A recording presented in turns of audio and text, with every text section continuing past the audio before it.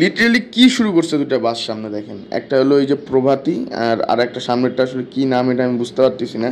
তারা লিটারেলি দুইজন বাস রাস্তার মধ্যে যে প্রতিযোগিতা শুরু করছে কে কার আগে যাবে, এবং এই বিষয়টা আসলে দেখার পর তাও আবার এটা কি কোথায়, এটা যে মগবাজার যে ফ্লাইওভারটা আছে সেই মগবাজার ফ্লাইওভারের উপরে, এগুলো দেখার পর আসলে ভাই মানে সহ্য হয় না, নিজের মধ্যে একটা জিদ চলে আসে। আমার মনটা চাচ্ছিল তাদেরকে থামাই, দুইটাকে আসলে থাপড়াথাপড়ি করি।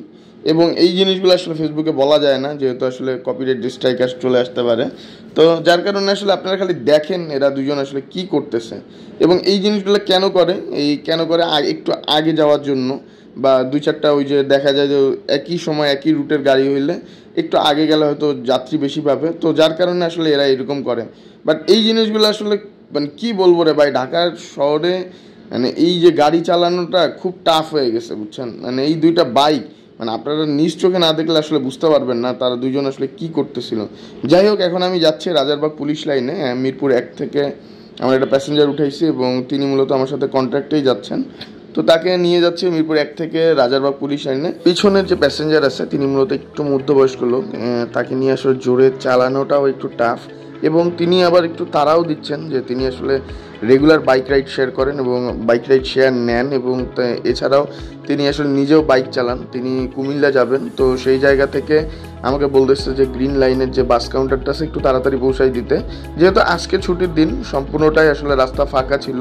তো তারপরেও আসলে যেহেতু পুরো ইয়েটা কন্ট্রাক্টে হয়েছে এবং এখানকার ভাড়া ঠিক করা হয়েছিল 200 টাকা, তো তাকে আমি আসলে আস্তে ধীরে নিয়ে যাচ্ছিলাম। তিনি মূলত ঢাকার বাইরে যাচ্ছেন, তিনি একটা ভালো একটা চাকরি করেন, তো সেই জায়গা থেকে আমাকে তিনি বেশ তার স্মৃতি রোমন্থন করে বেশ কিছু এক্সপিরিয়েন্স আমার সাথে শেয়ার করলেন। যেতে যেতে তিনি অনেক কিছু শেয়ার করলেন। শিক্ষা জীবনে বেশ তার কঠিন একটা জীবন পার করেছিলেন, এবং তিনি আসলে শিক্ষা জীবনে বেশ কয়েকটা টিউশনি করাতেন, এবং সেই টিউশনিটাই ছিল তাদের একমাত্র আয়ের অবলম্বন। তো তিনি সে কথাটাই বলছিলেন যে আমাদের এখন আসলে অনেক বেশি পথ খুলে গেছে, আমরা এখন অনেকভাবে পার্ট টাইম জবগুলো করতে পারি, পার্ট টাইম ইনকাম করতে পারি। তো সেই বিষয়গুলো নিয়ে তিনি আসলে হাইলি প্রেইজ করলেন।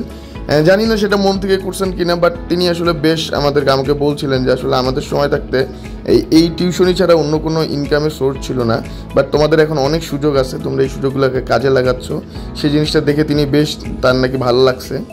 তিনি আরও বলতেছিলেন যে আসলে শিক্ষা জীবনে যে তাদের এরকম সুযোগ থাকতো বাইক রাইড শেয়ার করার, তো তিনি আসলে সেই কাজটাই করতেন, কারণ টিউশনের চেয়ে তার কাছে মনে হয় যে বাইক রাইড শেয়ার করাটা আসলে বেশ একটা ভালো একটা প্রসেস। তো এখন যে জিনিসটা আপনারা দেখতে পাচ্ছেন, এখন আমরা আসি মালিবাগ যে ফ্লাইওভারটা আছে, সেই মালিবাগ ফ্লাইওভার দিয়ে একেবারে নিচে নামবো, কারণ নিচে নামলেই সেই আমার যে গন্তব্য, সেই গন্তব্য রাজারবাগ পুলিশ লাইন। তো রাজারবাগ পুলিশ লাইনের মেইনলি আমার গন্তব্য হলো গ্রিন লাইন যে বাস কাউন্টারটা আছে, কিন্তু সেখানে যেতে যেয়েই আজকের এই ঘটনাটা দেখেন, একটা বাস আরেকটা বাসকে কিভাবে মনে করেন একজন আরেকজনের সাথে লাগালাগি করতেছে।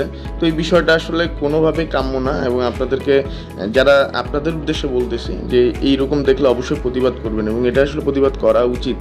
সামহাও এই জিনিসগুলো প্রতিবাদ না করা মানে এগুলোকে ঘুরতে দেওয়ার জন্য আসলে সুযোগ করে দেওয়া, যে সেই জন্য আসলে আমার কাছে মনে হয় আমরা এখন বর্তমানে আছি মালিবাগ যে ফ্লাইওভারটা আছে, এই ফ্লাইওভার দিয়ে আসলে আমরা এখন রাজারবাগ পুলিশ লাইনের সামনে নামবো। যেহেতু একটু আগেই বললাম যে আসলে পুরোটা আজকে রাস্তাঘাট ফাঁকা, যেহেতু আজকে শুক্রবার এবং খুব একটা বাইরে লোকজনও নাই, যার কারণে আসলে ট্রিপও নাই। তো বাস দুটো আসলে এরকম করার কারণ কি সেই জিনিসটা আমি আপনাদের বলতেছি। দুটো একই রুটের বাস যখন একই লাইনে একই সময় চলে আসে, তখন একটা আরেকটা সামনে যেতে চায়, এবং পিছনের বাসটা তখন যেতে দেয় না, আর সামনেটা যেতে দেয় না, এবং পিছনেরটা জোর করে ঢুকতে চায়। তখন আসলে দুজনের মধ্যে এই ক্লাসটা লাগে। বাট এরা দুজন আসলে ভাবে না যে সামান্য 2-4টা যাত্রী এক্সট্রা পাওয়ার জন্য তারা আসলে এতগুলো মানুষের লাইফগুলোকে রিস্কের মধ্যে ফেলতেছে। তো এই জিনিসগুলো অবশ্যই প্রতিবাদ করবেন, এবং অবশ্যই এই জিনিসগুলো মানে একদমই প্রতিহত করবেন একেবারে এরকম দেখলে, এবং ইনস্ট্যান্ট কিছু শাস্তিরও ব্যবস্থা করে দিবেন। পারলে যদি সময় হয়, সুযোগ হয়, তাহলে অবশ্যই পুলিশের মাধ্যমে এই জিনিসগুলো করার চেষ্টা করবেন। আমার মনে হয় এদের আসলে শিক্ষা পাওয়া উচিত, এবং এই জিনিসগুলো আসলে কোনোভাবেই কাম্য নয়। এগুলোকে আসলে প্রশ্রয় দেওয়া মানে এগুলো নিজের সাথে আসলে এটা নিজের প্রতি আসলে একটা অবিচার করা। সো বলতেই গ্রিন লাইন বাস কাউন্টারের সামনে চলে আসলাম, এবং ওনাকে এখন নামাই দিব। তো বলতেই সকাল আমার আসলে 200 টাকা ইনকাম হয়ে গেল। তো এইরকম ভিডিও আরও যারা দেখতে চান অবশ্যই আমার পাশে থাকবেন, আমার চ্যানেলটিকে সাবস্ক্রাইব করবেন, ফেসবুক পেজটিকে ফলো করবেন, এবং আমার জন্য অফুরন্ত দোয়া করবেন।